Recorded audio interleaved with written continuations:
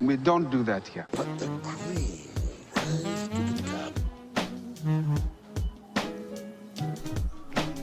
I think so. Yeah. It was just, I think, given the surprise of Strickland winning in the fashion that he did, is he shitting the bed the way he did? I think that's the point in it. Is he shooting the bird? Yeah. I think that's the salient point. I mean, Sean was better than we expected he could be, but Izzy was very poor, to say the least. This is the biggest upset in UFC history since Holly Holm beat Ronda Rousey, I think. Really? As far as, like, out of nowhere, like... Nah. You don't think so? Nunes a couple of months back with thingy, I'd say. Oh, wait. Grosso, I guess, beat Shevchenko. Yeah. That was pretty huge. Oh, that one as well, yeah. That one. What was the other one you said? Nunes, she got beat. Oh, yeah, that's fair. Recently. She was like, was she plus 5,000 or something to win that fight? Oh, yeah, she was, I guess, plus 1,000. The Brazilian chick that beat Holly Holm recently? No, beat Nunes. But that's another one where the odds were pretty long. Is Dos Santos something or other. So today was supposed to be the B-Sides recording. I was going to do it with Drip and I don't know who else, but what if we kind of doubled up on cards here? Or on sports, I mean. That's fine by me. I'd be down. Yeah, so there's going to be quite a bit of boxing we need to cover to get into the 2-week thing. So, are we going to bring Drip on with us right now? Yeah. Oh, bet. Yeah, he caught a bit of the UFC card too, so there's still a bit to wait for him to be able to weigh in on. So our outlook goes to the 23rd. And there's the Apex card. Let me see if there's anything. There's the OneFC card, which this is supposed to be a really big deal in the Muay Thai circuit. One's just, I don't know. Yeah. I think what they had going for them is, do you remember that everyone was really high on their weight cutting thing, with their hydration testing. That seems to be like the best thing they have, but now it's been proven that you can easily cheat those hydration tests just as easily, and that the hydration testing doesn't really do anything. So they've been outed as sort of frauds to some degree, I guess. Alright, so Bellator... Who watches one? I think my attention to one is really limited to people that I know are a big deal. Obviously, Demetrius Johnson. But like Rodtang, I know he's a big deal. Superlek is a large-ish deal. So for them to be fighting that's a big deal. And there's a few guys in the Discord that are really into Muay Thai and kickboxing. There is a Bellator card in Ireland. A Bellator? Yeah, well, take 3 guesses who's fighting on that. Johnny Eblin, champion, versus Fabian Edwards. This is going to be all SBG fighters, isn't it? Let's see. Johnny Eblin, Fabian Edwards, Aaron Pico, Pedro Cavallo, Sinead Kavanagh versus Sarah Collins. Yep. They're all SBG guys. Are Bellator events always numbered? Because they haven't been around as long as UFC, and they've already passed them in numbering. Yeah, but UFC tends to not number most of its events. Like a numbered event there's usually one a month at most, and the numbered events are usually a bit special. I don't take much from the fact that they've gone over the UFC's amount of numbered events already. They don't. Maybe they don't have enough of a stable to do stuff like Fight Night and then Contender Series and Ultimate Fighter, like those 2 contest shows. Yeah, they're so huge for the UFC, especially with finding talent now as well. They've got a champion in O'Malley who came off the Contender Series. I mean, if anything, that's proof, isn't it, that the program works. Yeah, I was actually wanting to ask if the Contender Series is... Like, what's the talent disparity between Ultimate Fighter and the Contender Series?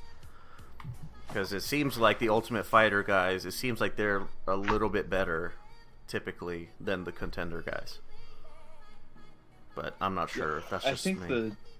the Contender Series guys are like fresh off the conveyor belt kind of thing. Like they just showed up. I see. And whereas in the Ultimate Fighter, like half the roster are like vets trying to get back into it, and the other people are like prospects that have like maybe built a name outside of the UFC, and this is their introduction into it. Yo, What? what's up? Oh shit, you're here. Oh, here's Drew. All right. Oh yeah, I was kind of waiting for you. Oh, sorry. Yeah, Yeah, I kind of so stuck in. Okay, so we're gonna do a little bit of a hybrid thing here. B-sides, the boxing review ends on the 2nd, and UFC is the 9th, so we've got a good timeline there. Holy shit! How do I introduce this? Because this is the Ultimate Fucking Casual, but we're also the B-side of the event. How do we do this? The Ultimate Casual. That's me. I'm Leo. We gotta introduce it like it's like a Bellator versus Ryzen event, and the two sides are coming together for an epic promotion. It's Yeah. the ultimate B-side casual. I think that's there you go. yeah, the Ultimate B-sides. Yeah, that's gonna do it. Okay, so yeah, we're doing a little bit of a hybrid thing here. The results of UFC 293 were such that we had to jump in a week early. Couldn't wait to let that one stew. So, with the timelines of how everything's working out, so the review bit for MMA, we're only going to be doing the UFC 293, because that's all we got. But the boxing part of it extends back to the 26th. So, let's start with our little intro bits. We already talked about this on the last episode of Ultimate Casual, was Fury Ngannou, and Ngannou is now being trained by Mike Tyson. So Is that real, or are they just doing PR shit?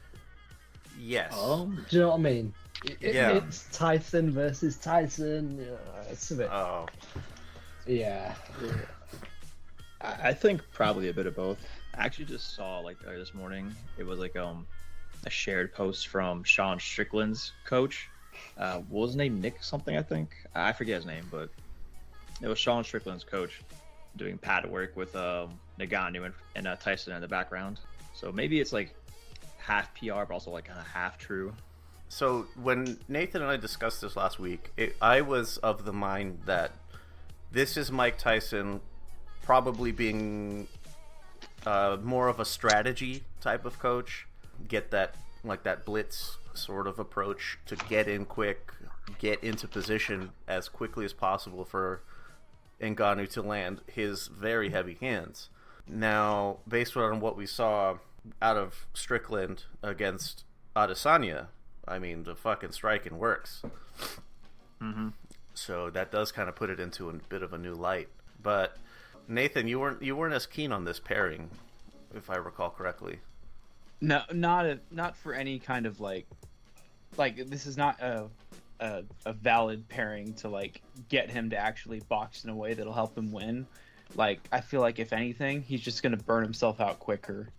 Not that I don't think there is a trainer out there that could get Ngannou ready for this fight in this short of notice, but like you would think a better strategy would be to maybe use his length, right? Don't burn yourself out in the first 2 rounds. It's like, cool, you might catch him, but this guy also has the best chin in boxing, so like even if you do catch him, it doesn't mean anything if you can't put him down for good.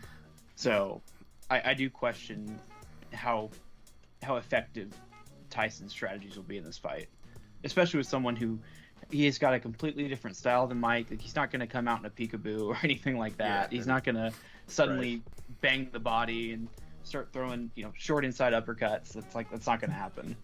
And would Ngannou's power, is it commensurate with Deontay Wilder? Just, I guess, like for like, not necessarily thinking about skill sets in sports and which sport they are in. It's probably comparable. I think Deontay hits harder because it seems like he slumps people sometimes even worse than Ngannou, and he's wearing like 12-ounce gloves or 10-ounce gloves compared to Ngannou's like 4-ounce gloves. So you know, I wouldn't be surprised if Ngannou came out and looked like less powerful, like if that padding takes maybe the edge off. But I mean, he still knocks guys into orbit. I mean, he and Wilder are very, very similar power types.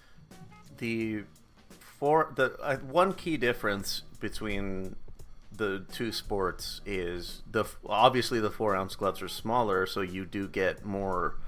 I don't know. There's more hand involved, but from what I've heard, from what from what accounts relate, that because of there's not nearly as much taping, they're typically more hesitant to throw their hands as hard as they possibly can, because it's more likely to break. Versus the 8 or 10 ounce gloves plus all that taping. And the taping is such that it turns your hand into a club, and you're locked in. There's not a whole lot of chance of breaking something unless you have brittle hands like Mayweather or Inoue. I'm not a fan of cross sport. Let's take a good previous example here. Before Conor fought Floyd, everybody was saying about. I know like a lot of it was hype and that, but a lot of people saying, "Oh, he's going to stop him in 4 rounds. He hits too hard, blah blah blah." And then we get in there, and it seemed like Conor had almost no power. So, I don't like comparing between the two sports. I don't like you say. I think having the smaller gloves, well, I don't know. It's different, isn't it? Like if you guys have boxed before, if you put proper boxing gloves on and proper wraps, it feels completely different to like what 4 ounce used to. I don't think Ngannou hits anywhere near as hard as Wilder. We've got so many examples of Wilder being a legit one-punch concussive knockout artist. With Ngannou, basically we've got him chinning a load of washed, weathered, very already knocked out MMA fighters. I'm not sure it's commensurate. Yeah. Okay, that's a good way to look at it then. Huh.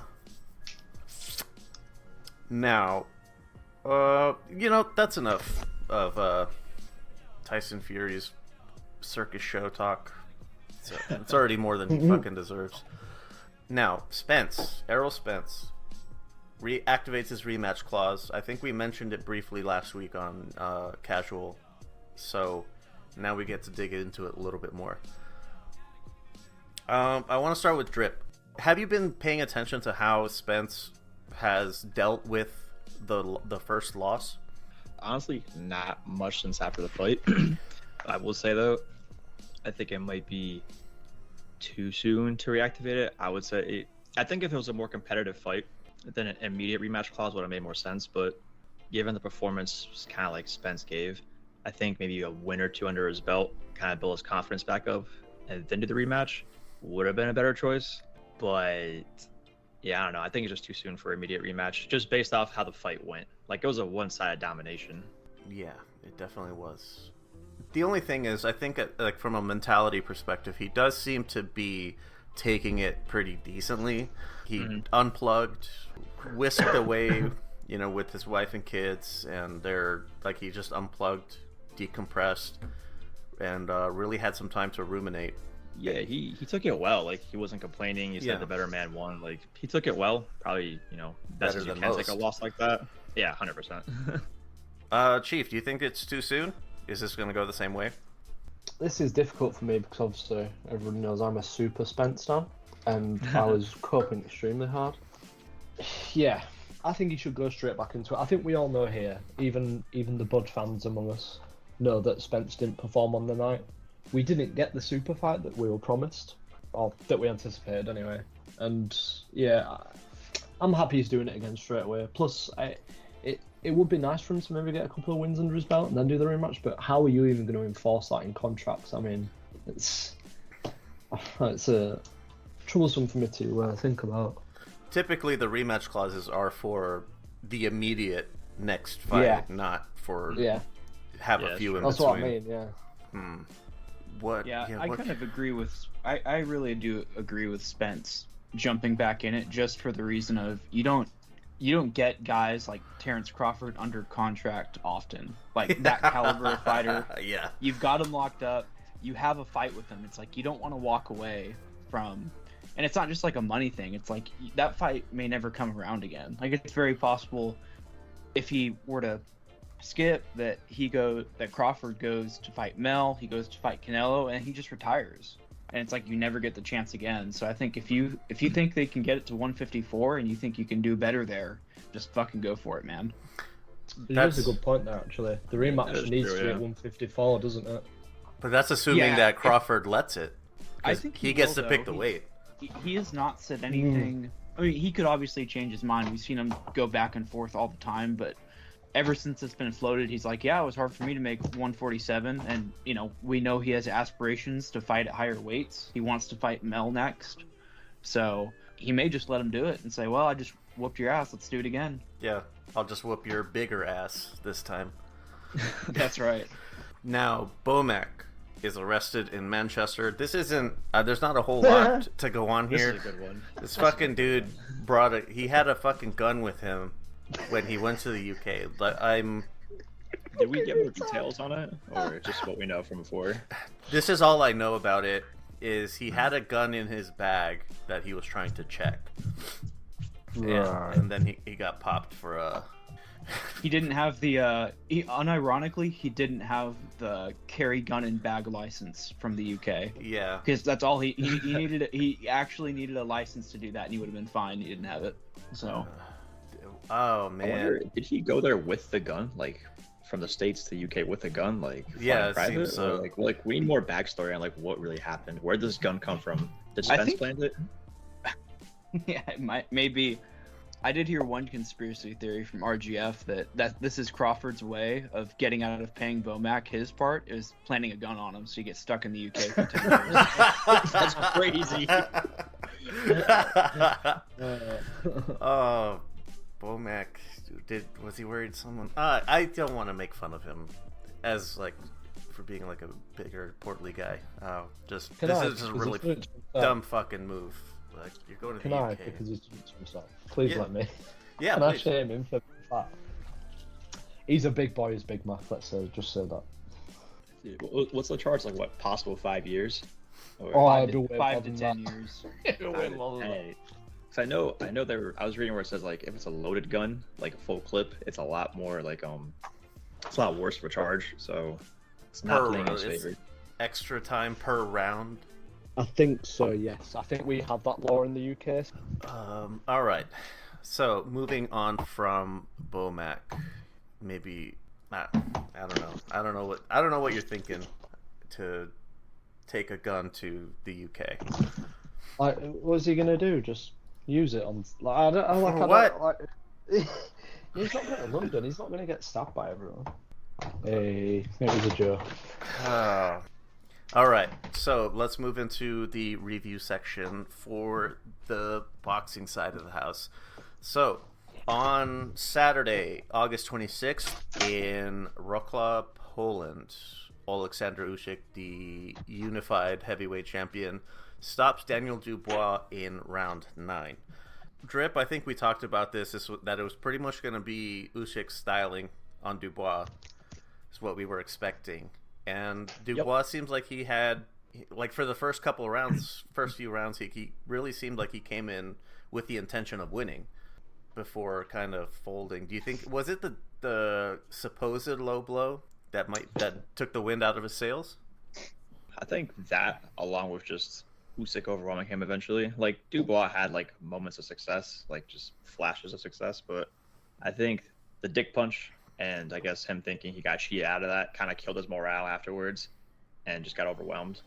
Nathan, was it a dick punch, or was this like the caught the cup at a weird angle kind of thing? Yeah, it did look like it.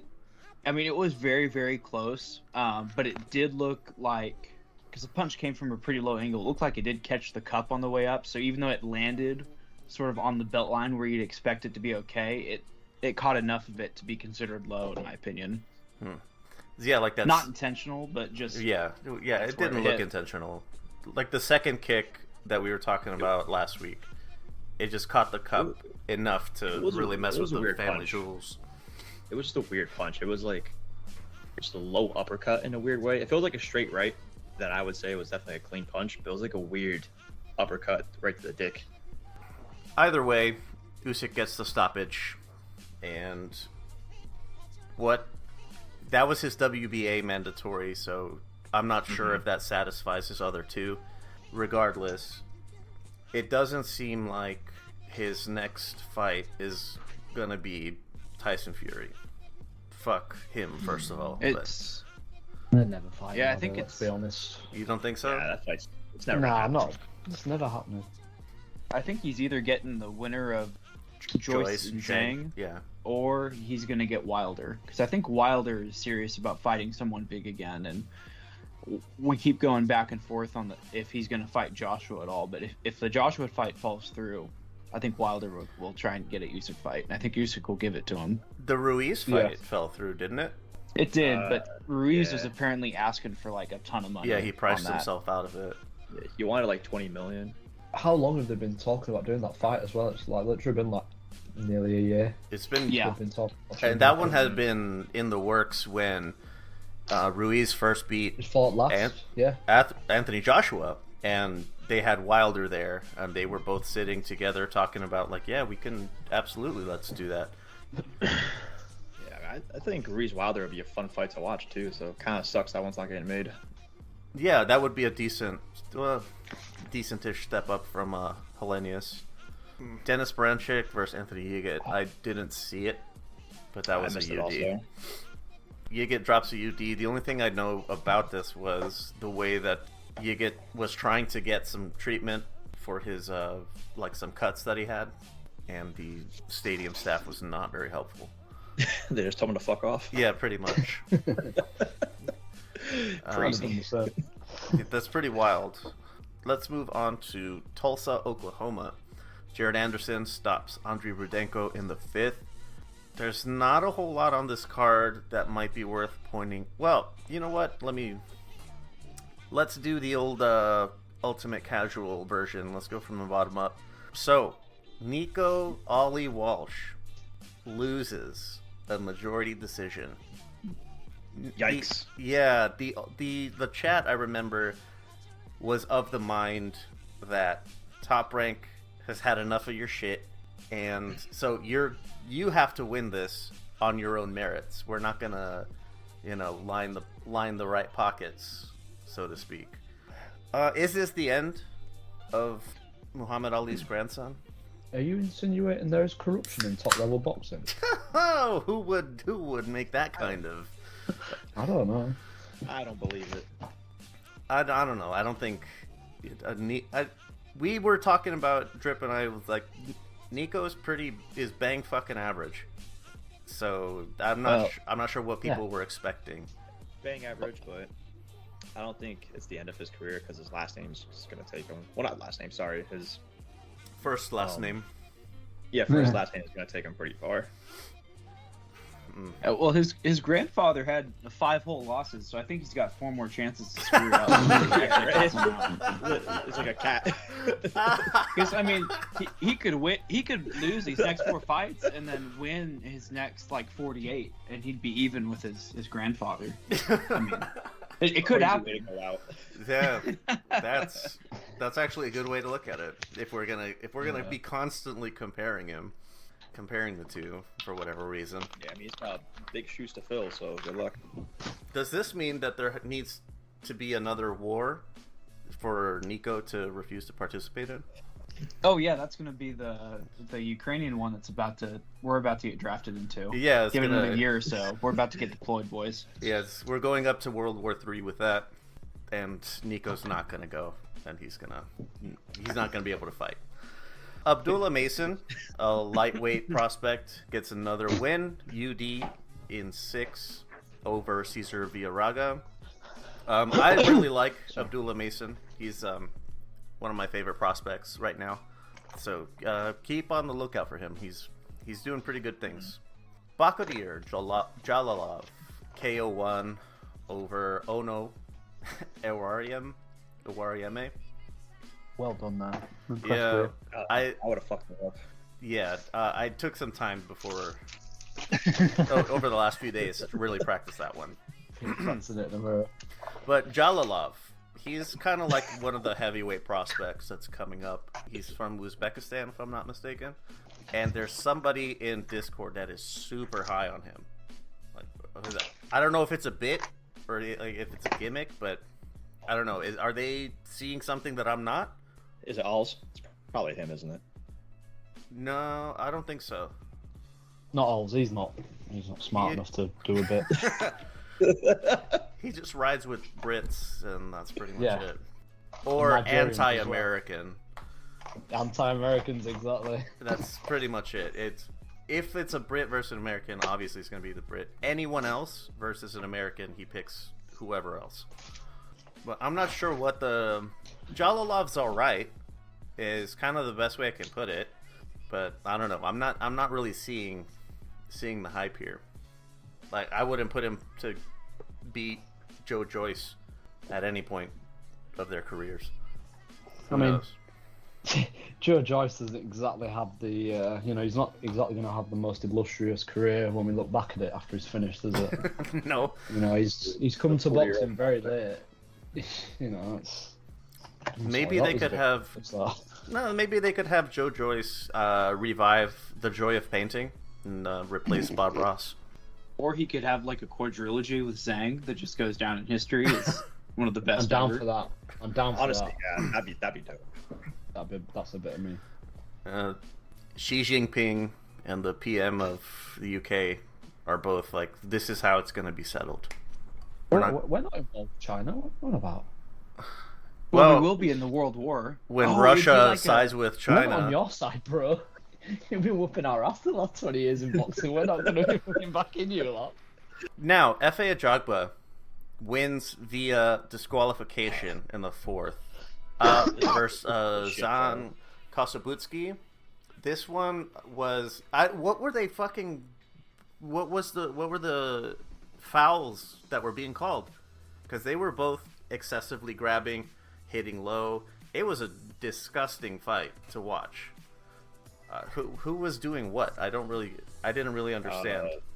Zahn was just laser on the meat, bro. My man was pounding his meat like a butcher. And then I don't know about excessive holding. I didn't see too much of that. Maybe I just missed it. But Zahn was just relentlessly dick punching, like willingly too. That's right. At the end, they were. Who was the famous dick puncher? Was it Galata? Yeah, I'm pretty sure. Yeah, I do remember them making a. Well, it was weird because like after DQ, Zahn's team was like celebrating. I was like, do they know what happened? I don't know. It was just weird. Like they wanted to get out the fight or something. Yeah, yay, we get to go home early. I don't know. And we get paid? Yeah, and we're still getting paid because we gave FA some work. All right. Poor fight. So is based on how much FA was not, he wasn't doing as well as you'd like to see for him to be supposedly climbing the heavyweight ranks again. I don't know if he's struggling with Kosabutsky. I'm not really sure what Top Rank is expecting him to do. Yeah, tough call. I mean, I guess the Zahn fight was kind of like a hard take to base it off of, just because it was a dirty fight. Yeah. Okay, now the main event, Jared Anderson, KO5 over Rudenko. Nathan, you and I, Drip, I'm not sure, but you can, if you are, please chime in. We're some fucking red, white, and blue-blooded motherfucking patriots. I want Jared Anderson to be the next big fucking deal. I want to believe that he can be an American heavyweight that has good success. Do you think he's going to be? Yeah, easily. I just think, I don't want to say they gotta start like pushing him forward a little more, but definitely start increasing the competition. I'm not saying feed him to AJ like next month, but like that last fight with Andre, it just looks like Jared Anderson was just like being a punching bag the whole time, just for those 5 rounds. Yeah, I agree. He's got a really good chance to succeed. I think he will hold a belt at some point. It's really hard to see how he doesn't unless he has some like personal issue or injury, because the current crop of heavyweights that are dangerous, they're on the way out. Yeah. You give it 2 more years. Right. I mean, who's standing in his way? Like Ajagba, like might genuinely be his best competition. Zhang maybe, but he's old too. Yeah, he's old as in shit. His late 30s. Yeah. Jalala. So it's like, It'd be like Dubois. They're the same age, I'm pretty sure. Oh, he would do Dubois so dirty. He would take his hat off. I mean, fucking Usyk got them with a jab. It would be like a diet Usyk performance. Yeah, Anderson's got a bright future. It's just, I mean, he's young too, so he's like, what, 24, 25 years old. The heavyweights this age are now like mid to late 30s, some of them. I think AJ and Fury are like the youngest ones. And they're mid 30s. Yeah, so I mean, I think once this like round of heavyweight retires, I could see Anderson just being like the top dog. This is gonna sound like a weird take, but I think the guy that they really don't need to put him with, like aside from the guys like Wilder or AJ, is like someone like Andy Ruiz, who's got like actually faster hands than him. I feel like he would not cope very well in that kind of fight. But Ruiz is also at the tail end of his career. That fight probably never happens. Yeah, that's a good point. Ruiz is pretty good in the pocket. Did I hear that Jared Anderson already has another fight booked? I didn't hear anything about that. It was supposed to be on the Shakur Frank Martin card. I don't know, but which obviously that card is canceled. We'll talk about that a bit later. But this, if I recall correctly, he was supposed to be. He was doing another quick turnaround, and yeah, this 3 to 4 fights a year. This is fantastic when you're fighting dudes like Andrei Rudenko and the like, or Efe Ajagba. But I don't know. Once you start stepping up in the competition, you're not going to be able to take those kinds of difficult, more drawn out battles and turn it around in 3 months and do it again. Right. I mean, that's the thing too. Like, realistically, who do we think is like Anderson's next opponent? Like, as a step up. It's gonna probably be like a lateral move more than anything, more than a step up. All right, let's move on from this card. I just wanted to mention this one briefly.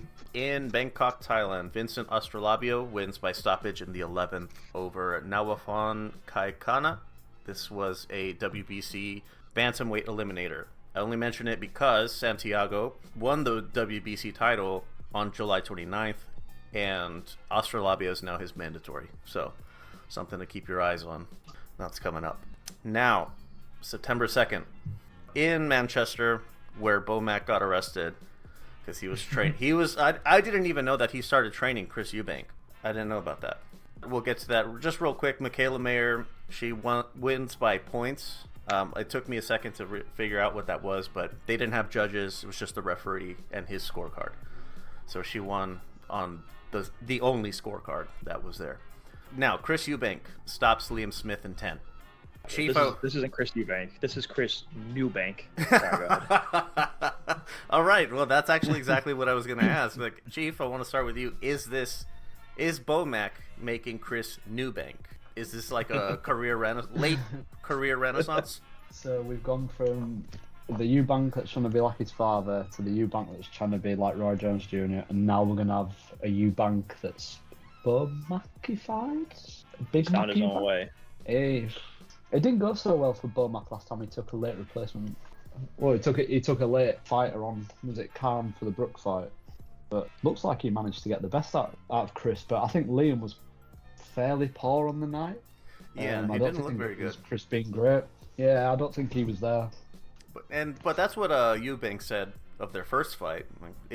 And Eubank immediately started talking about Kell Brook for some reason, but also Connor Benton, like getting that one reignited. Oh, they're going to try and make the fight. Yuck. What's happening next? It'll be pay-per-view in November on DAZN. He's got the date and everything. Yeah. I'm trying to see, because Chris Eubank does not seem very interested in a title shot. He seems to be more interested in money fights. He also did call for Golovkin for whatever the fuck reason. Leave the old man alone. Yeah, this dude is retired, man.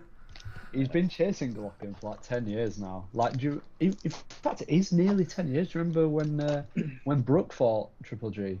Really? Went to fight, didn't he? Yeah, when Brook fought Triple G. I don't recall that. When Brook fought Triple G, Eubank was meant to fight him, but they wouldn't. Yeah, I sign the remember contract that. Last minute. Yeah. That was nearly 10 years ago, right? Yeah, that was like 24. No, I think it was like 2014. I'm pretty sure. Either way, it was a long time ago. It was 15 or 16 because it was before the Canelo fights, and the Canelo fights were in 17. Yeah, Or I the think first I one think was. it's 16. So the contemporary champions are Johnny Beck and Gualtieri are unifying 2 of the titles. Carlos Adames has the interim WBC. Doesn't look like Jermal is coming back anytime soon. So for all intents and purposes, he is the WBC champion.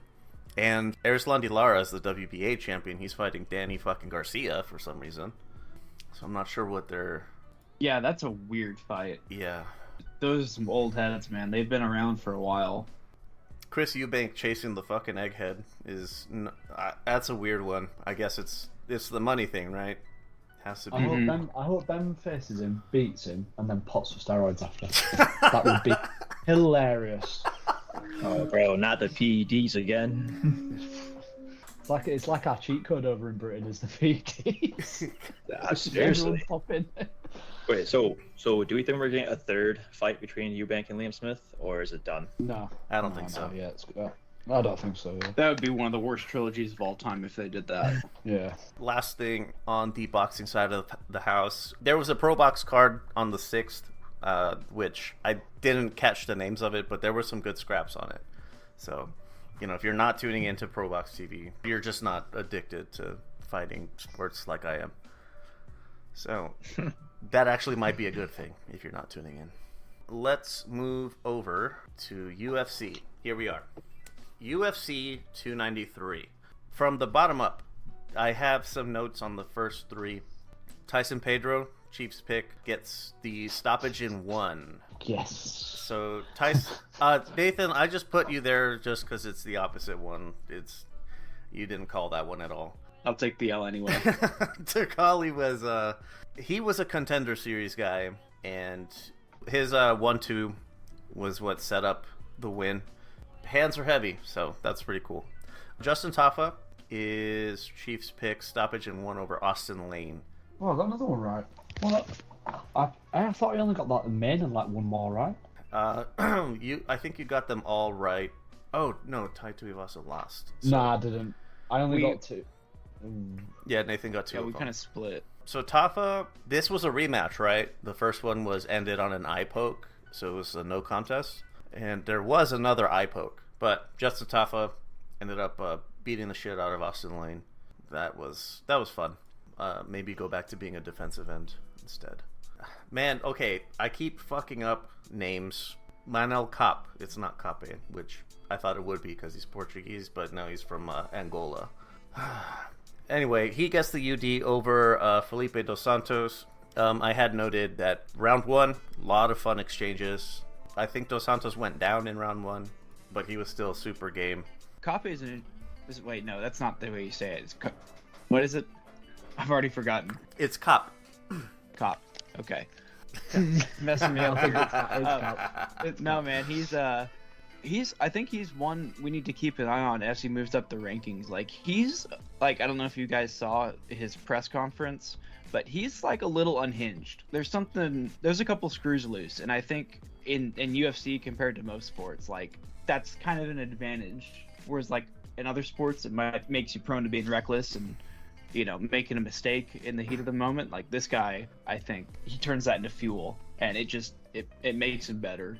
Yeah, that unhinged hate fuel showed out in his little post-fight interview when he was talking about Kai Kara France's whole team. Oh yeah, he did drop a couple gamer words, didn't he? Yes, he did. Referred to them as cigarettes.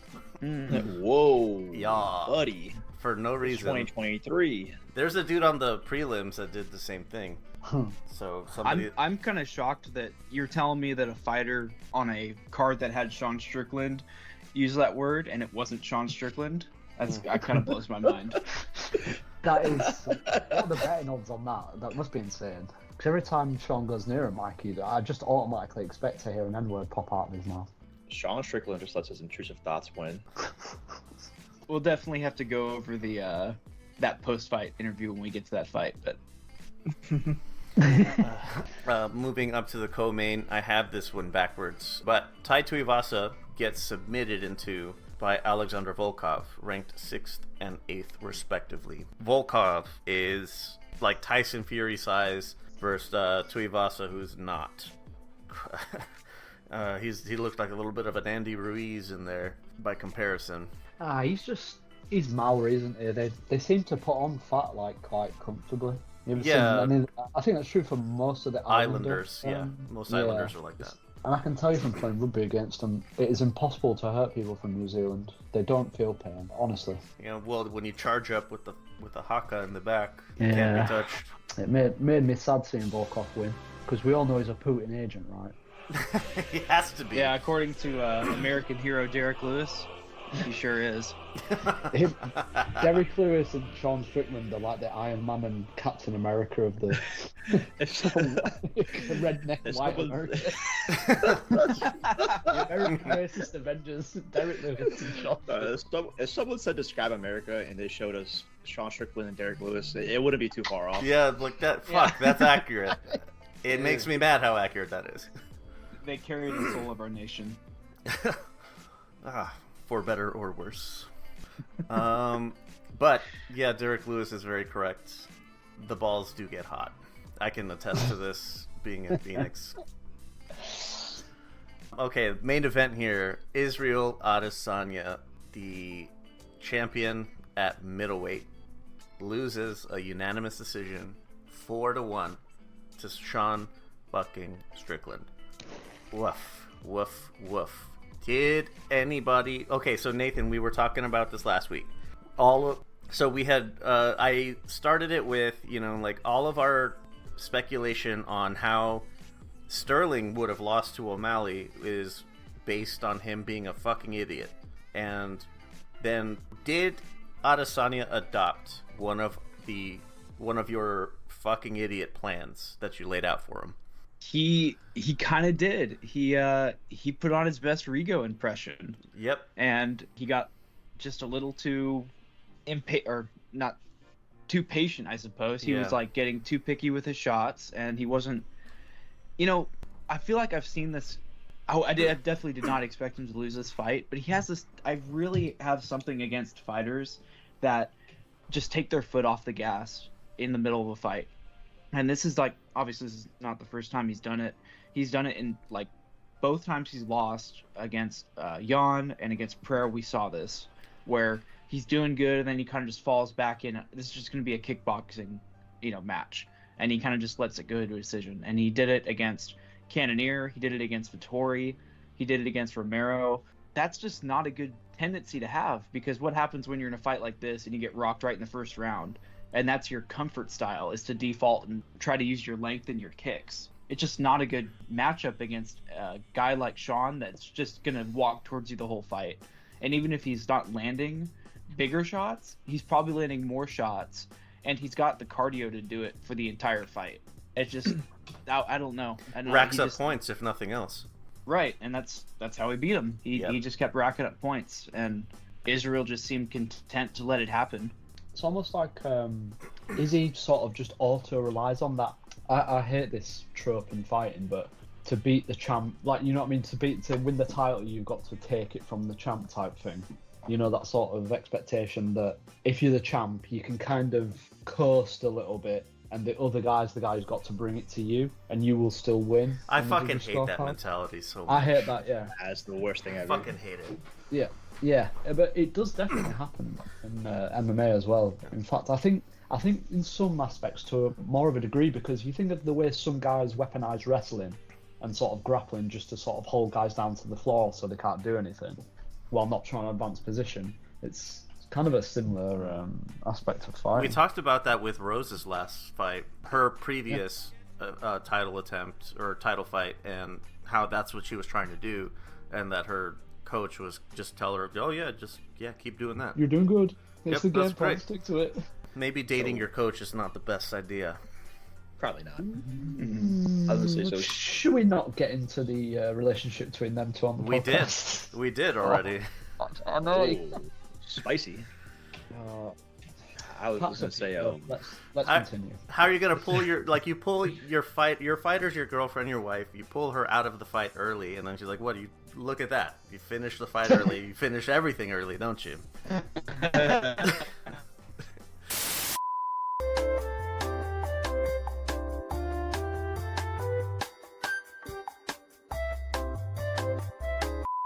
saw something earlier today where apparently Izzy wasn't like listening to his corner during the fight, and apparently during training too. Because I was saying last night, it seemed like there was just no urgency coming from his corner, and just no sense of, hey, you're losing the fight, you gotta pick it up. I mean, he had some flashes of success, but apparently, I don't know how true it is either, that he just wasn't listening to his team during like the fight and during the training camp. After the first round, it did seem like he did, because he got caught very clean, and he went down as a result. Mm-hmm. He didn't seem that rocked. I don't know if it's just like his face, and he's really stoic and can hold it back. But regardless, he goes to the corner, and the corners they were describing what happened to him, and then he's like, oh, okay, yeah, I got it. He was processing what they were telling him, and it seemed like he was receptive to it. But that was just after round one. I wasn't really paying attention to the between rounds afterwards. Well, they did also do that weird thing where he said he wouldn't do a post-fight interview. He just let his coach do it for him. Like, that was kind of weird. He's like, that's kind of hey, weird, yeah. just go talk to my coach. Like, what do you mean? I don't know. That seems kind of odd. Yeah, he seemed gracious in defeat. I don't know why the fuck he refused the interview. Did he refuse the one in the ring? Because is that what he did in the ring? He told them to speak to his coaches. I think that's what happened. Yeah. Yeah, I don't think he talked at all in the ring.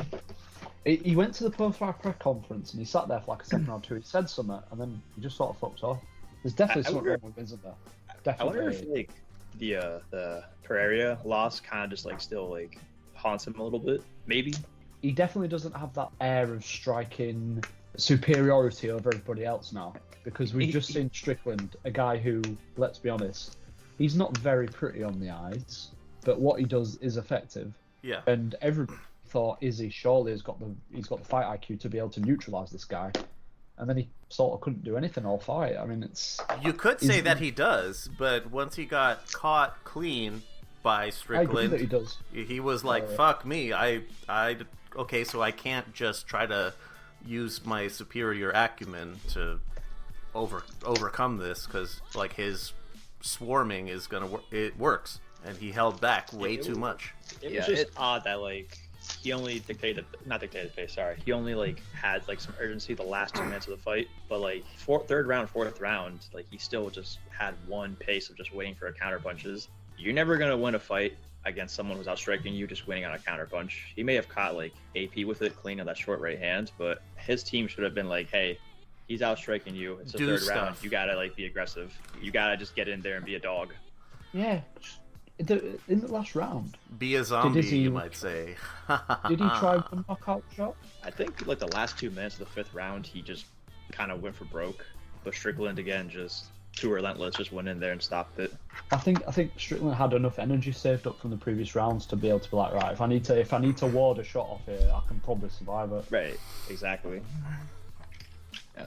And I wonder if part of it is just like mentally he just buys his own hype too much, because he his like kind of build up initially in the UFC, he was billed as this like striking savant, and they did the whole passing of the torch fight with like Anderson Silva, like this is the next great amazing striker.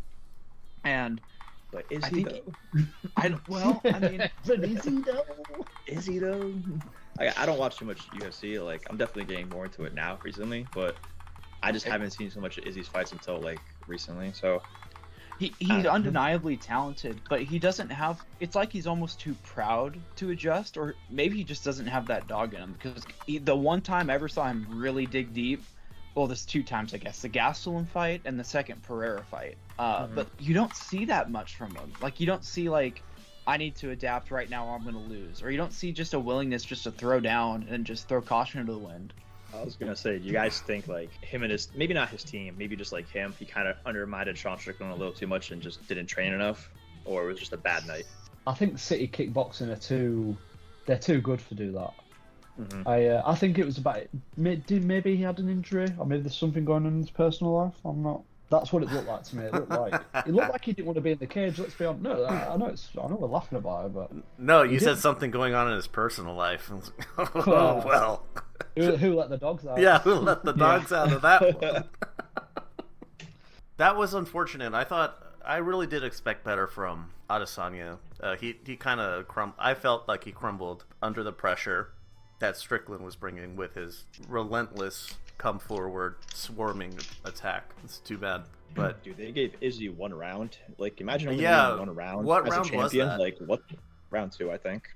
That's the only You could one I give could think. You could See- give him the 5th, maybe. Maybe. But I've been very kind. Oh, I don't know, but so I gave him on my initial watch. I gave him the 2nd and the 3rd, but I was also very drunk, and so I don't know. I was also still reeling from that first round, so I was thinking, okay, the judges are going to be scoring it heavily in like Izzy's favor, so I just figured the 3rd was close enough to give it to him. Or I was thinking how the judges might score it. I see. Okay. But they were actually very based. They only gave him a round. That's so wild. The only one that I saw clear for him was the 2nd. That was it. Other than that, it looked like maybe. Yeah, I guess he had spots at the end of the 5th, but otherwise, I didn't really see anything definitive other than that. Other than the 2nd, I mean. I just know the person who bet like 200-some thousand on Izzy winning was fucking just punching the air when he saw him get dropped. Yeah. must have been coming that first round when he saw him catch him with the shot and go. Actually, sorry, I know that's a bit of a weird segue, but how didn't the ref stop that? I honestly thought I was 100%. The chat was confused, and so was I. Yeah. Yeah, he ate what 20 or A 25 lot. shots. He got Just- fucking his face rearranged. He was. Do you know more than the shots? It was he was in that position, sort of up against Cowering the cage. against the Like, cage. yeah, cowering away. Yeah, exactly. Yeah. Yeah. He turned his back, didn't he? Yeah. Or he had his side turned and he was up kind of holding his head. Yeah, he tried to present a shoulder roll while protecting his face. Like he's like, "Oh, Sean, this works. Okay, thank you." They think, seem to get stopped all the time, but I think sometimes in championship fights they want to see a guy go like properly out, or they want to make sure that the fight's definitely over. Well, didn't it get stopped sooner with the prayer fight, the first one? Well, he was really on shaky legs. Like he got hit by some much heavier shots because like Pereira's Like, a monster size. Sean Plus, caught yeah, him, Sean caught him super clean, but he's not a very powerful puncher. Whereas Pereira's dynamite in that left hook. yeah. I think we were talking about in the chat was either a different ref could have stopped it, would have stopped it, and that you couldn't really be mad about it because it looked like he had checked out. That position turning enough in that way that Izzy did, like in boxing, that's a sign like I'm done. I don't want to continue. But where in MMA, turning your back, like you could still do stuff on the back, so it's a little different. But still, the only reason I was thinking that it was okay to have let it continue was seeing him walk back to his corner. He looked okay. He wasn't too wobbly. He walked back to his corner and he was communicating with them clearly, listening and acknowledging clearly. He got hit clean, absolutely. Enough to warrant a stoppage, and I wouldn't have been upset. But he looked okay. I thought he did anyway, afterwards. So I'm like, okay, well... He looks okay afterwards, yeah. But you look still, fine. You could have stopped it, and it would have been fine. I'm glad that they didn't, because Absolutely. I think we'd be sitting here with, was this a fluke discussion? And instead we got 4 more rounds. It was like, nope, there was no fluke. Sean was just way, way better tonight. Yeah. I don't know if you guys heard like the corner advice in between rounds, but Sean's coach was like, "We didn't come here to win a boring decision. Go knock this cocksucker out." Go knock him the lost my fuck shit, out. bro. We're not here to win fucking I- points. We're not here to win on fucking points. Just the way he said, he had so much emphasis in the word. He's like, "Knock that cocksucker out." I was like, "Damn, bro."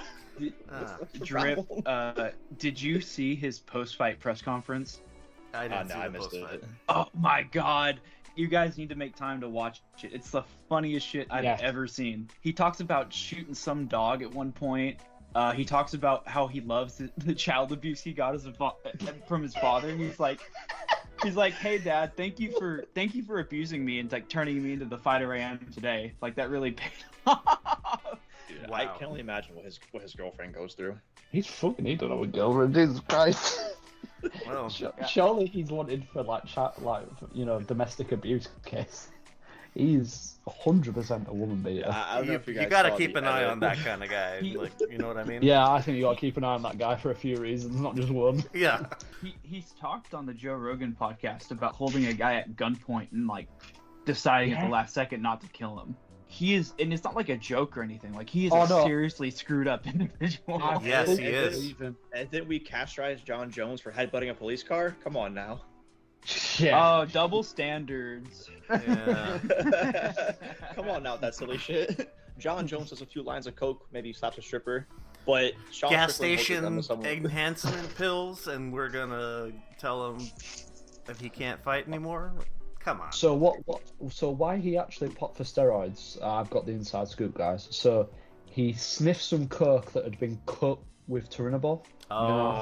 He was just unlucky. He got some bad coke, you know. That'll do it. There's Yeah. no way he used steroids. Absolutely. Hell, Like that's if what Canelo coke can get, dealers do is they cut it Yeah. with steroids all You the hear about time. it, can't- it's Who never among baby us? laxative or Yeah, anything. who among us? Do you know from where, by the way? Do you know from where he would have got it? Asking for Yeah, a yeah. Like, can you give us an exact Asking for area a so we can avoid it? Yeah, I'd Oh, hate it's to go disgusting. Where? What spots? Who is the person that sells it, and what's their number? Yeah, what's that name? All right, so with that on 293, congratulations to Strickland, you fucking lunatic. I'm here for it, baby. I'm here for it. Wait, just one last thing real quick. Did you guys see the link RJ posted with like the Strickland edit where it's them when he knocks Izzy and it's like the background of eagle screeching in? We interrupt our program to bring you this important message. There's a bit of a technical error here. Lost a bit of the sound, but to frame it for you, the conversation after the clip that RJ had posted in the chat about, like, you know, the eagle screech and all that shit, we started moving into what's next for Sean, what's next for Adesanya. Where we're gonna pick up is what is next for Strickland in particular. The part that got cut out was where we talk about what is next for Adesanya if the rematch is not the first thing that's going to happen. Probably the rematch most likely take place in the US. The idea of Strickland possibly being put into another more sellable, high-profile fight and having Adesanya sort out his situation with Duplessis and have them do a sort of final eliminator, to put it in boxing terms. But we're going to pick back up right here with what's next for Strickland. Regarding like how Sean loses the belt, whether it's some stupid crime he does or some shit he says, or who beats him. I guess who's in like rotation for like a title shot next in that weight division? Duplessis. Yeah, Duplessis or Vic. Cannonier. If Duplessis isn't healthy, Cannonier would be next up.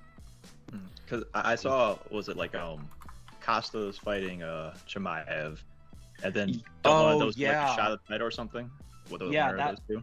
That's another good nod. If Chimaev wins, they might fast track him to a title. I think it's smashed by Costa anyways. I know we disagree on this, Nathan, but So here's the top 5, and the champion has not been adjusted on the UFC site. So they still have Adesanya as the champion. Obviously, that's Strickland. Strickland is listed as 5th. So I'm going to move up Paulo Costa. Paulo Costa is at 6. I'm just moving him to 5. Vettori is 4. Cannonier's 3rd. Whitaker is 2nd. Duplessis is 1st. Wait. Why wouldn't they give Whitaker the shot? Isn't Whitaker and He's coming Strickland off a haven't fought loss. each other? yeah, he's coming off a loss to Duplessis. There's no way Whitaker gets a Oh, shot. that's fair. Yeah, that's fair. Whitaker lost to Duplessis. So Yeah, no way. I erased that from my mind. I didn't want to. So did Chief, right? Yeah, so I was trying my hardest to erase it. Could you come and erase it for me, Nathan? Yeah, sorry to reopen that scab there. I didn't mean to traumatize you like that. You want to see some dog videos that'll help you forget? Yeah, please no. Yeah. Get us put on a list. Now go on, Leo. Send them. FBI, open up. Yeah. I'm an FBI informant and you didn't know it. Anything more on 293 before we move on to our preview section? All right, that's going to do it. Prediction points for our ultimate fucking coaches. Nathan, 35. Chief, 44. Oh, yeah, baby. Yeah, the previous card again. before the 9th was not favorable to Nathan at all. I feel he catch up to me recently, like because I was quite a while ahead, and then he got it within like a couple of points, but I Yeah. pulled out again. 2 or 3 weeks ago, he caught up. I think he was within 5. Yeah, we'll be back. Right. Let's see here. I'm gonna switch windows because we have a few cards. You know what? I'll just read them off. There's a few cards on the 15th on the boxing side of things. So we'll go with least important to most. So in Tijuana, Mexico, Angel Fierro versus Brian Zamaripa. This is a lightweight fight. Erica Cruz versus Melissa Parker, super featherweight. Sabrina Perez versus Sky Nicholson, featherweight. Hey. Yeah. Oh, let's go. I made sure to mention that one because yes. Do we know if Eddie Hearn's double books on that? Can we get his diary for that? No, he does not double book on his girlfriend's fights. So there's a showbox card in San Antonio, Texas. It is headlined by Rafael Pedrosa versus Ramon Cardenas, super bantams. Mirko Cuello versus Rudy Garcia, featherweights, and Freudis Rojas versus Saul Bustos, welterweights. And there's a title fight on this night, so I'm kind of surprised that Bob Arum did not go for the 16th with this. But bottom up, Robson Conceição versus Humberto Galindo, super feathers. Xander Zayas versus Roberto Valenzuela, super welterweights. Jermaine Ortiz versus Antonio Moran, lightweights. Excuse me. And Luis Lopez, the IBF featherweight champion, versus Joet Gonzalez. So that's the only important fight on the 15th, but there's a fuckload of boxing on that day, so, enjoy that. Joet continues to fail upwards somehow, so congrats to him. On the 16th, however, Nathan and I were talking about this last week. This is the premier fight card of the night. It's going to be headlined by Alexa Grasso, the champion, versus Valentina Shevchenko, ranked first in flyweight. So Shevchenko's getting a rematch attempt on her championship. Now, the significance of this is September 16th is Mexican Independence Day. So typically it's headlined by Mexican fighters, typically boxing, but there is no boxing on this day. Alexa Grasso, the Mexican champion, gets to headline the Independence Day night of fights. So that's really great for her. It was Canelo, Oscar De La Hoya, JCC Senior. You get the idea of what kind of guys they typically put in that slot. Okay, so let's go from the bottom up of the UFC card. Fernando Padilla versus Kyle Nelson. These are featherweights. Daniel Zaluber versus Christos Giagos. One of those three. Lightweight. Raul Rosas, the face, is versus Terrence Mitchell at bantamweight. Daniel Rodriguez versus Santiago Ponzinibbio. Welterweights. Kevin Holland, ranked 13th, versus Jack Della Maddalena, 14th at welterweight. And the aforementioned Grasso versus Shevchenko. Is there anything from the bottom before Kevin Holland that's worth going over? Raul Rosas, maybe. I think he's okay. No, he just lost. Fizzy. Huh? They're both coming off Fizzy. losses. Ponzinibbio is always a fun watch. Yeah. He's crazy. He does crazy kicks and stuff. I recognise Christos Giagos. Who's he? It's lightweights. The Spartan. Oh boy. Jesus, he's a chad, isn't he? Look at the state of that jaw. Is Kambosos going to be there supporting? 298 other Greeks. Did you say Warbosis? Warbos. That's a good one. I've not heard that one before. If you keep the M in there, it's even more fun. Debatable. Warm Bosos. Ooh, spicy. Mid-Bosos. Raul Rosas versus Terrence Mitchell is interesting. Raul Rosas is interesting because of his, he has a very unique face.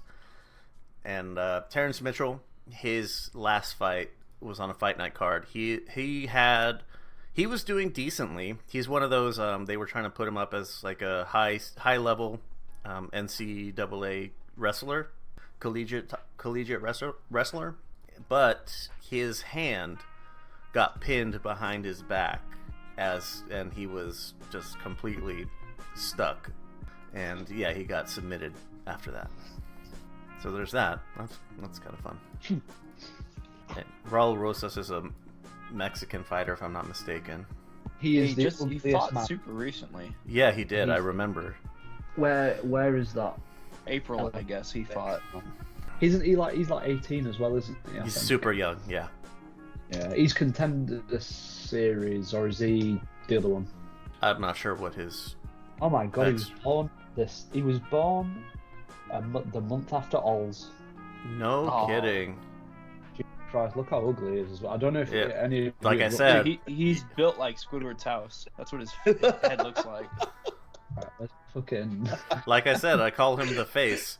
I'll just pop it in regulars because he's doing Yeah, like I a hard oh. face. And it's like. That's so Oh. unfortunate. What an unfortunate look. Poor man. He's already got the cauliflower ears, and he's not even 19. Yeah. Yuck. Yuck.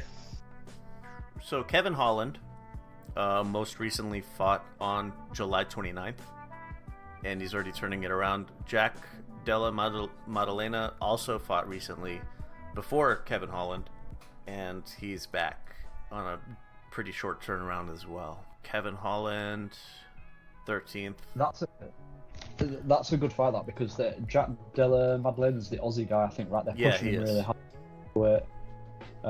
They probably want him to be the next. They're trying to get another Aussie champ at the moment. Basically, I think there's a huge boom going on out there. In the They're UFC. investing in Australia heavily. Yeah, I think this is similar to what we've seen with Mexico with the UFC PI being put out there. I think they want Jack to be the next champion, or they want him to be a star anyway. Does he beat Holland yet, Nathan? Absolutely not. Holland's winning. Yeah. The I thing think- is, if they fight in like 5 fights time, I think Jack does win. Do you know what I mean? Like it's a little bit soon for him, isn't it? Yeah. Yeah, you could say. I think Holland's got so much experience, though. I don't know, man. Like, unless he physically starts declining, which I don't think that's happened yet, I think he'd have this guy's number for a minute. Yeah, actually, Maddalena was we had him. I put him up on our socials with your voiceover about him. I don't. Oh, was that the last one Yeah, we did? the last time Maddalena was up. Yeah, because we thought I might die before like the last appearance, right? Or have we done an episode since then? We've gone since. I'm alive anyway. That's a positive thing. Are we going to do predictions for this card now, Leo? Or do you wanna do- It's up to you guys. I'm down, Nathan. You down? Yeah, let's do it. I'm assuming Let's- that Apex. 2 Apex fights. I have the Apex on the 23rd, and that's it. All right. Yeah. I'm gonna assume Nathan's going with Kevin Holland here. Yes, sir. Alexa Grasso versus Valentina Shevchenko. That is a tough one to call. Shevchenko. I can't. She's so good at strike. How are you gonna? And she's a good kicker. I'm a sucker for a good kicker. I'm gonna go with Grasso. Wow. I don't like picking at Shevchenko, but You already did that once. I know. Well, I mean, we picked against Grasso. We were still riding Shevchenko then, but I think like she looked so. I think she's hit the wall here. Like she's kind of, sometimes this fight game will catch up with people quickly, and I think it's caught up to her, unfortunately. So I think Grasso holds on to that title. Yeah, I'm inclined to agree. Let me see. Before the 23rd or the 22nd, there is a Pro Box card on the 20th. It's worth checking out because they're fun. On the 22nd, Friday, in Bangkok, Thailand, at the Lumpini Boxing Stadium, Jesus, Rotang Chitmuangong Non. This is the best you're gonna get. Versus Superlek Kiat Munine. These are Muay Thai flyweights. Rotang is like the fucking bee's knees in the Muay Thai world, so definitely worth checking out. And Superlek is one of those guys that's a phenom climbing the contender ladder. All right, the 23rd, we have Bellator 299. That's in Dublin, Ireland. The headline is Johnny Eblen, the champion, versus Fabian Edwards. Yes, he is related to Leon. And now, in Las Vegas at the Apex, from the bottom up, somebody stop me if you need to talk about one of them. Dan Argueta versus Miles Johns. Brian Battle versus AJ Fletcher. Those are bantam and welterweight. Tim Means versus Andre Fiallo. That's welterweight. Tim Means, I remember his name. Hold up, is that Andre Feely you mean versus him? Versus who? Is that who you mean? Is that who you mean, Leo? Tim Means. Who did you say was fighting? Tim Means versus Andre Fiallo. Is it not Andre Feely, maybe? Let me double check Because myself. he's a featherweight. He fought like a couple months ago. He's a featherweight as Andre Feely. And Andre Fiallo from Portugal. oh, Fiallo, see who you are. Nathan, should we call a truce and just both pick Tim Means because the man is 39 years old and Yeah. he's going to be All doing right. it. So whatever way- I'll ride with Tim with you. Yeah, he's from, so for the you three Americans here, Wilburton, Oklahoma. What sort of place is that? Oh, fucking shithole. I've probably taken shits bigger than fucking that place. You said Oklahoma? Yeah. That's all you have here. He fights out of Albuquerque, New Mexico now, which isn't New Mexico a bit of a crazy state, or is Albuquerque a bit crazy? Albuquerque, yes. It's a lot of reservation for the natives, and Albuquerque has a lot of natives as well. But there is a big MMA scene in Albuquerque. A lot of people fight out of there. I think it's just combat sports in general, because Austin Trout fought out of there as well.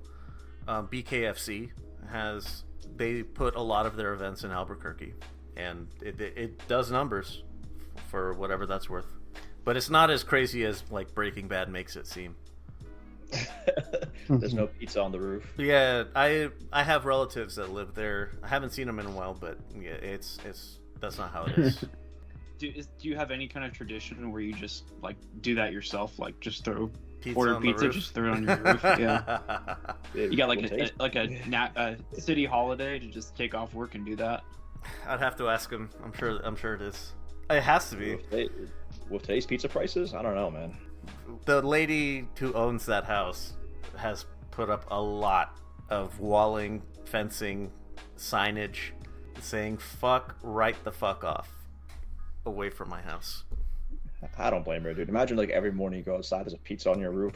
It's just gotta get annoying. Like she doesn't even like people ask. Even if you ask her, like I will go up and get it and take it with me. Like you don't have to clean anything up, and like, I just want to do it. That's it, and I'll clean up after myself and everything. I'll even fucking pay you, but no, she doesn't. She doesn't want to be bothered. Why buy the house then? What the fuck? That's exactly what I was thinking. Let's be honest, just sell the bitch. It's like, see, those are like the idiot people that buy mega mansions on the edge of a golf course, and they're mad when people get their windows broken. Yeah, It's like, okay, you live by a moved golf in course, next to bitch. the golf course. Yeah, that's your fault. Pizza on the roof. That's great. Okay, so we were at the Tim Means. The whole crew's riding with Tim Means. Bryce Mitchell versus Dan Ige. 10th and 12th this is an featherweight. easy one. Yeah, this is very easy. We're gonna be both on Bryce Mitchell. Yes. Alright, 100%. so once again. And Fizzy versus Gamrot. Matus. Oh, you need to go first on this, Chief. I need to have a think about this. Okay. You just trying to see how stupid I'm gonna go to see? Can I one up the dumbassery? Fizzy's just, fuck's sake. I'm gonna do Nathan's logic for him. So I'm just gonna shut the fuck up. Instead of gaming it out. Yeah, exactly. I was just about to give it all to him. Tell you what, I'll make a prediction. Give me a. Oh, fuck, I don't know what year these guys are. I only know Fizzy. I'll take Raphael. I'll take Raphael Fiziev. I'll take. Do you know what? I'll take Gamrot then.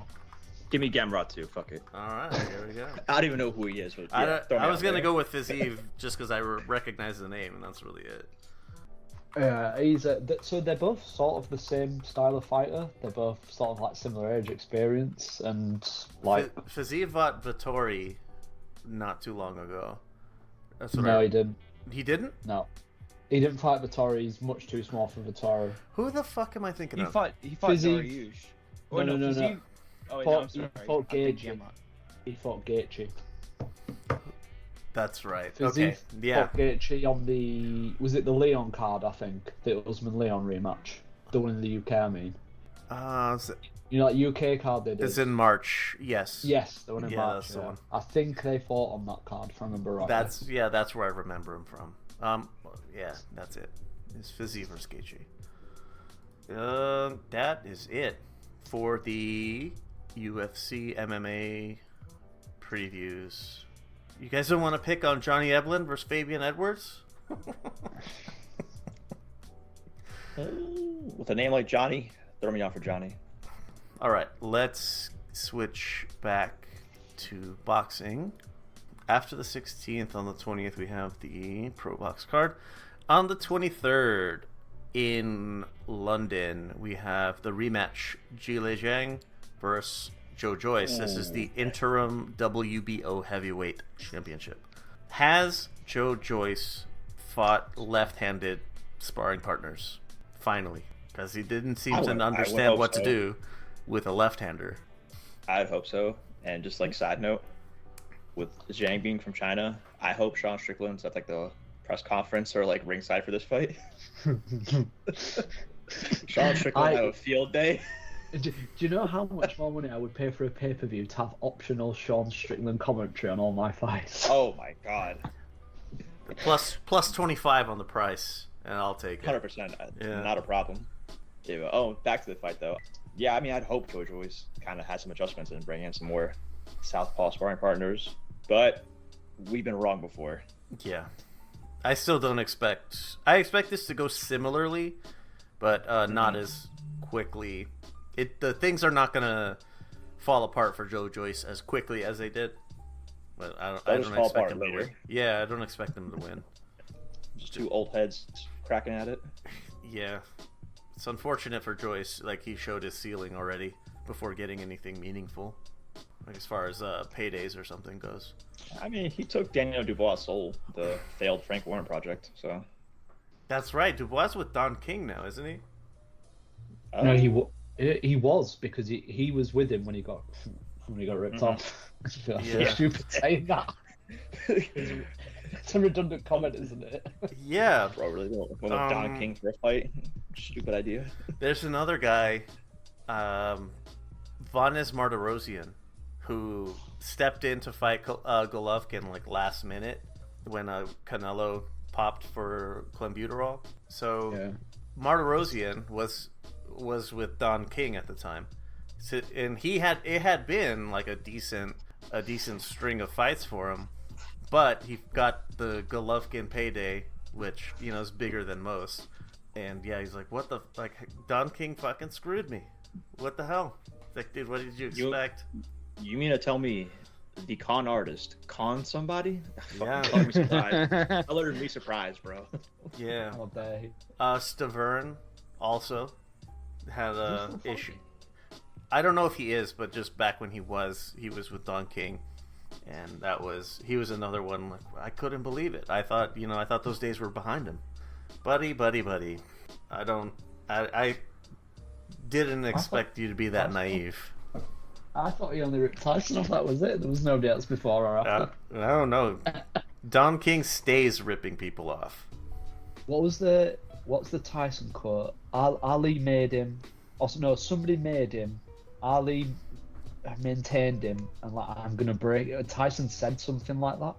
I remember when he was having problems with Don King. And there's that. Have you seen that interview as well, where he tells him to, like, take his hand off him? He like runs out of the interview and like rips it all off. Have you seen that? I don't know which one you're talking about, but I definitely have to check it out. It's only a small clip, but basically Tyson and Don King are doing like a live duel interview. It's outside, if I remember rightly. And like Don King starts touching him at some point, or like trying to calm him down, and Tyson just like flips. I have seen Mike Tyson have interviews where he looks at whoever and was like, you need to leave this room, Yeah. or else I'm gonna like rip your fucking head off. Yeah, Tyson talked about this on Vlad TV, didn't he? Beating up Don King and chasing him down on the freeway in New York. Can you imagine being anyone else in a car on that day around them as that was happening? You see Mike Tyson get out of a car and chase Don King and fucking beat him up on the freeway. There's other fights, obviously, on the Zhang Joyce rematch. Nothing that stood out to me. So, but on the same day, I expect later in the day for us here in the U.S. at the Caribe Royale Orlando, is Richardson Hitchens versus Jose Cepeda. So that's a fun. I think to me that's a really good step up for Hitchens. These are 140s super lights, and they're all right. Hitchens he's pretty good, and Zepeda's a good step up. So that's fun.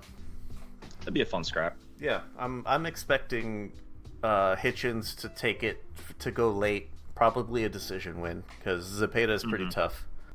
There's also Jessica McCaskill, welterweight fight for 3 of the 4 belts, sans IBF versus Sandy Ryan, and Austin Ammo Williams versus Steve Rolls at middleweight. That's it for the previews here in the boxing side. So a little bit of chatter. On October 27th, Amanda Serrano is back. The big thing that they were making a point of is that this is going to be 12 by 3 because it's a championship fight. So women's fights are typically 10 by 2s. This is not. The men's fights are 12 by 3. So that's what Serrano's doing. It's definitely going to be to Serrano's favor. I think when this was announced, I remember in Discord, the majority of people saying, like, if that was the case when she fought Katie Taylor, she probably would have won. Take that to mean what you will. I'm not entirely certain I agree with it, but whatevs. So that's fun. That's going to be on a Friday, and the next day on the 28th, Oshaki Foster is back versus Eduardo Hernandez. This is going to be in Cancun. It's a 130 title fight for the WBC. I don't know if we talked about it in depth, but we mentioned it last week. The Canelo Charlo undercard was released a while back, and what was it? They already had like press conferences and stuff like that just for the undercard, just because of like these are really awesome fights. So the kickoff of the pay-per-view is going to be Elijah Garcia versus Jose Resendez. These are 2 middleweights. Elijah is like one of those small town guys. I think he fights out of LA now or San Diego or something. But Jose Resendez recently beat Jared Hurd in Jared Hurd's like 3rd or 4th attempt at a comeback. Yordenis Ugas is back versus Mario Barrios. I expect, I really expect the Keith Thurman comparisons to come out. If I'm assuming that Ugas is going to win, I think I'd probably bet on Ugas, honestly. It's weird. Like Barrios is like kind of caught in the middle. Like he's really big for 140. It's kind of weird for him, but I'm expecting Ugas to win, and then the Thurman talk to be right there following up. And Jesus Ramos was supposed to be on the July 29th card. He got pulled for an injury, and now he's fighting Erickson Living. It's got to be autocorrect. Erickson Lubin at 154. So that's going to be the co-main. I think it's exciting. Jesus Ramos is from Casa Grande, Arizona, so naturally I'm going to support him, but Casa Grande is a very dismal, very sad place to be from. If I were to say that Ramos is carrying Casa Grande on his back, I'm not sure if that's a good or bad thing. Is it a heavy weight or is it a light? I don't know. But he carries the hope of the city on his back. This is quite the phenomenal card. Like, I didn't think we could get right? more from boxing this year, and we're getting delivered one of the best cards I can remember, like top to bottom. Yep. Garcia Resendez is an awesome fight. These two guys are both solid contenders that are just breaking into the mainstream. mainstream as far as boxing is concerned. So this is like striking while the iron is really hot for both of them. Really good fight. I'm excited for it. Ugas, I'm surprised he's still going. He's getting old. He's getting up there. It's in about age. time, innit, I think. I Yeah. think he made some okay money in his last couple of fights as well, so... Pacquiao, He's Spence. Spence. Yeah. Probably got a good payday from them. So that's good. Barrios stays being that solid B-side. So, you know, he has a special place in my heart just for that. And Ramos, obviously. That's it for the Canelo Charlo undercard news. A lot of the daring to be great interviews coming out for Charlo. Shakur Stevenson versus Frank Martin is off. Yep. So Animal goes back. yeah, so the word on the street was to give a timeline for everybody. They were given a deadline, which was, I believe, September 5th, to have a deal on the table, or the WBC, which this would have been for the vacant title, as Devin Haney's moving up. They had to September 5th to have a deal on the table, or it would be called to a purse bid. And then, I think just before, either like the morning of or the day before, Frank Martin's team, Shakur Stevenson's team, Shakur being top ranked, Frank Martin being aligned with PBC, they told WBC, like, hey, we're coming to the table in good faith, you know, handshake agreement, we have something in the works. It's all but done. And just a few days ago, Frank Martin just refused to sign the final contract. That was it, was just his signature, and he chose not to. So, you know, is this a ducky situation? Sure, looks like one, smells like one, acts like one. So I don't know what to say. Yeah, we said the same shit about Crawford when he dropped the ball on the Spence fight. Like, what was it, like last November? Mm-hmm. So like Frank Martin, he doesn't get a pass from me. Like, if you fucking refuse to sign the contract, dog, like you're clearly indicating you don't want to fight him. The only way this makes sense is that if he's received a contract from Tank. That's the only way this makes sense. Yeah. Because he was purported to make like $1 million off this fight. Career high, for the record. I mean, I don't know why you turn that down unless you have something like Tank in the cards. And he was gonna go off network. He was gonna go fight on ESPN. The thing is that was actually something similar to what I was thinking, was that somebody from the PBC side of the house said, hey, we can get you bigger money, a bigger fight, if you don't leave, stay in the Showtime ecosystem instead. We'll get you something bigger than that. The other 135, well, there aren't any other 135 belt holders at the moment, so not really sure. Maybe it's a vacant title fight with someone else. Tank. I guess it's got to be Tank, man. Yeah. I don't know. Like, maybe if not next, maybe after he rematches Cruz. Yeah. Ugh. Yuck. Rest in peace, Cruz. Oh man, it's really unfortunate. I really like Frank Martin, so I hope there's something really bigger in the works. How does this fight being off now affect the fight between Fury and Usyk in the future? How does this affect Lomachenko's legacy? Honestly, I think they were talking about. I don't know. It was just one of the speculation articles that Shakur versus Lomachenko could be next. Hold on a second. Let me pull up the WBC rankings. I heard Loma was out for the rest of this year. Yeah. And that he was going to come back against Kambosos next year. That's what it was. It wasn't Shakur. It was Kambosos. That's the speculation. The speculative fight. Okay, so the lightweight championship is vacant. Shakur is first. Martin is second. Lomachenko's third. Isaac Cruz fourth. William Zepeda's fifth. Edwin De Los Santos is sixth. That's the one that Shakur was up next. Might have been up next for Shakur. for the vacant shot. Jermaine Ortiz is 7th. Shuichiro Yoshino is 8th. Raymond Muritaya is 9th. And Kambosos is 10th. Let's see. Yoshino, Stevenson already beat the Christ out of him. Muritaya doesn't stand much better of a chance than that. Jermaine Ortiz, likewise, doesn't stand much better of a chance. Zepeda, neither. Nope. De Los Santos, I like the guy, but I don't think so. And Isaac Cruz, maybe. He has a better shot than anyone else, but it's not necessarily a high bar to get over. I don't know. I'm not really seeing a whole lot standing in the way of Shakur dominating 135. Yeah, no, he cleans it out pretty easily. Maybe Ryan Garcia. Honestly, just bring back Luke Campbell. Leave Luke alone, he's retired. That He's a poor good man, he man. won an Olympic gold medal, leave him alone. He's a good man.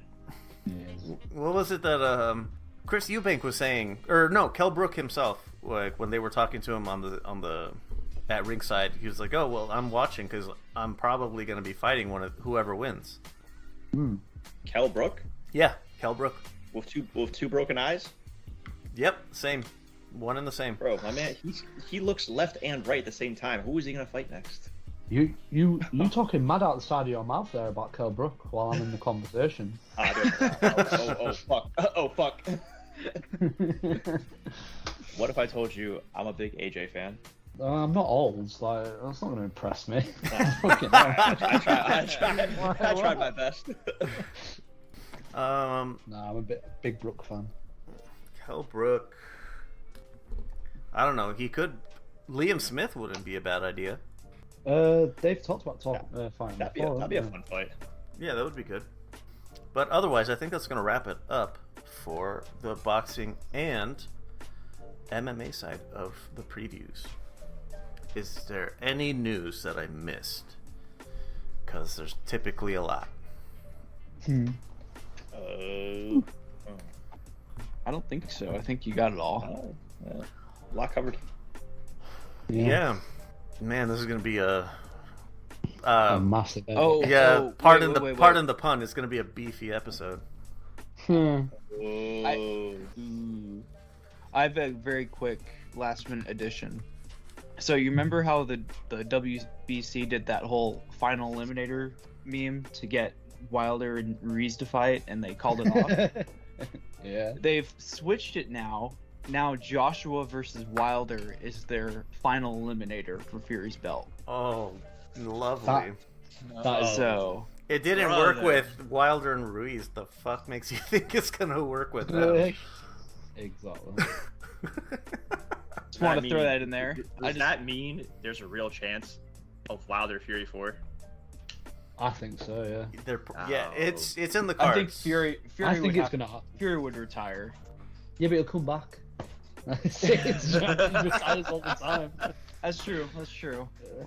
No, Yeah. dude, that's Fury retires after Ngannou, then comes back for the press conference against the winner of Wilder AJ, then retires again.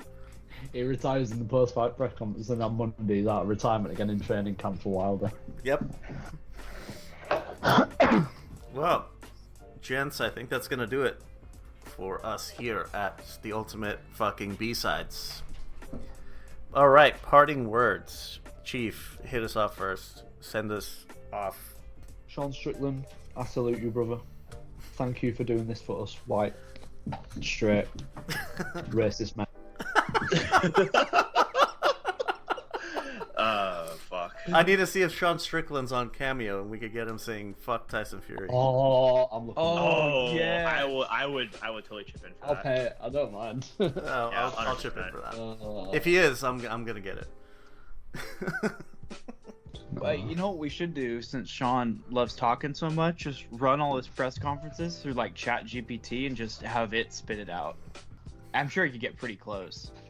Oh, it's not a bad idea. Or, hear me out, guys. What we're going to do next week is we're going to sit down and we're gonna go on a YouTube Sean Strickland interview watching binge, and then we're gonna discuss and analyze the best bits after. Oh Jesus! I'm down. Let's do it. Let's Let's do it. I'm ready. Take my whole day to watch Sean Strickland bits. I'm with it. Nathan, Drip, parting words. Go Big Bang Zang. How about that? We'll take it. Hashtag Get It Back Tuesday. Hashtag Fuck Tyson Fury. Yes. Yeah, that's really all I got today, honestly. Go Sean Strickland. I forgot. Yeah. Praise be to him. Praise be to our Lord Strickland. That's the name of the propane company in King of the Hill. Strickland Propane. Strickland Propane? Yeah. What? MMA and MMA accessories. I forgot to mention the very bad merch that we got going on now. Well, we got merch. Yeah. It's... Where's the? Yeah, my lawyer will be sending that fucking contract over. Yeah, it's on the site lvxmedia.net. Then at the top bar, there's a little shop or store. I don't remember what it says, but yeah, the designs are pretty limited. So, if somebody has some better editing skills than I do, let me know. What else? The phone number that's in the outro. It's not just calls, you can text as well if you prefer. Either way. If you're worried about us mocking your voice. Yeah, which I would, so there's that. But, Yeah, but still, yeah, if there's anything you want us to discuss or anything that you want to give an opinion on, I would more than love to hear it. All right, if there's nothing else, gentlemen, that's going to be the end of the ultimate fucking B-sides. Cheers, boys. Cheers, boys. It was a good one. Cheers. Oh, yeah. Until next time. Bye. Okay, guys. See ya. All right, guys. Later. Thanks for listening to this episode of our podcast. If you have any questions or comments on what was discussed or have a topic you'd like to hear on the podcast, you can leave a message on our unattended phone line at 833-589-7637. That's 833-LUX-PODS. For more shows like the one you just listened to, go to lvxentertainment.net.